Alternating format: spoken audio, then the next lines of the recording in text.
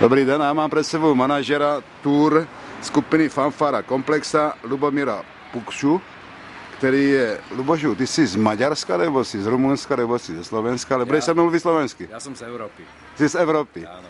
Prosím tě, a jak se ty vůbec dostal k této kapele? A co to je za kapela? Můžeš nám trošku představit tu kapelu, která tady vystupuje dneska v Kroměříži?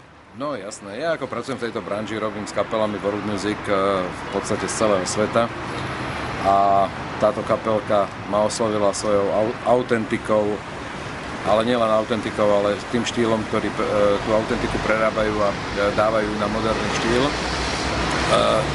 Základ muziky tvoria melódie z oblasti Rumunska, ktorá sa volá Moldova.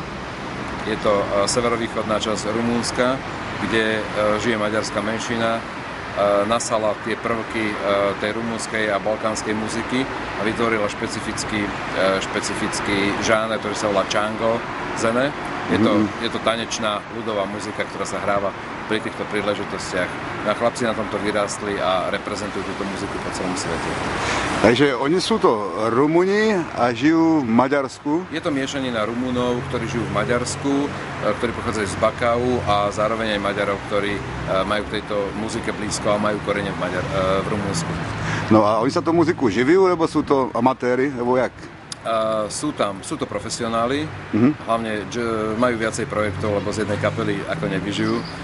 Sú vynikajúci jazzoví, uznávaní jazzoví hudobníci v Maďarsku, vyhľadávaní a medzi nimi je hráč na koboz, to je stará lutna, ktorý je vyhľadávaný spevák a hráč pre viaceré folklórne súbory.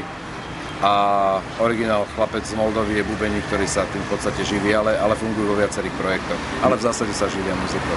No a ešte sa im říká balkánska kapela, že?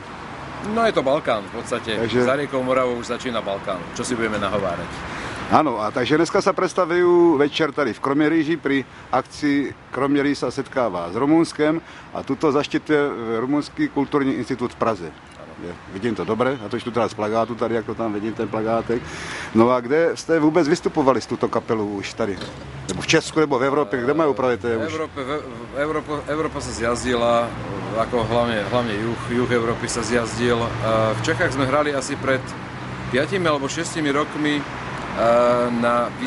vo Vizoviciach, Valašský frgál, také prvé stretnutie s Českom, potom sme robili turné v Polsku. Zaujímavé koncerty boli v kurdskej časti Turecka a v Číne. Takže už z toho je dosť projetého. No, jasne. Takže ja ďakujem Lubošovi Pukšovi, no a preju vám, nech sa vám tady ľúbi na Moravie. No a kam idete zítra? Zajtra máme voľný deň, pozrieme si krásy Moravy, potom v tomto istom projekte vystupujeme v Ostrave vo štvrtok a v piatok sme v Brne. Tak ďakujem a nech sa vám tady darí. Ďakujeme aj my.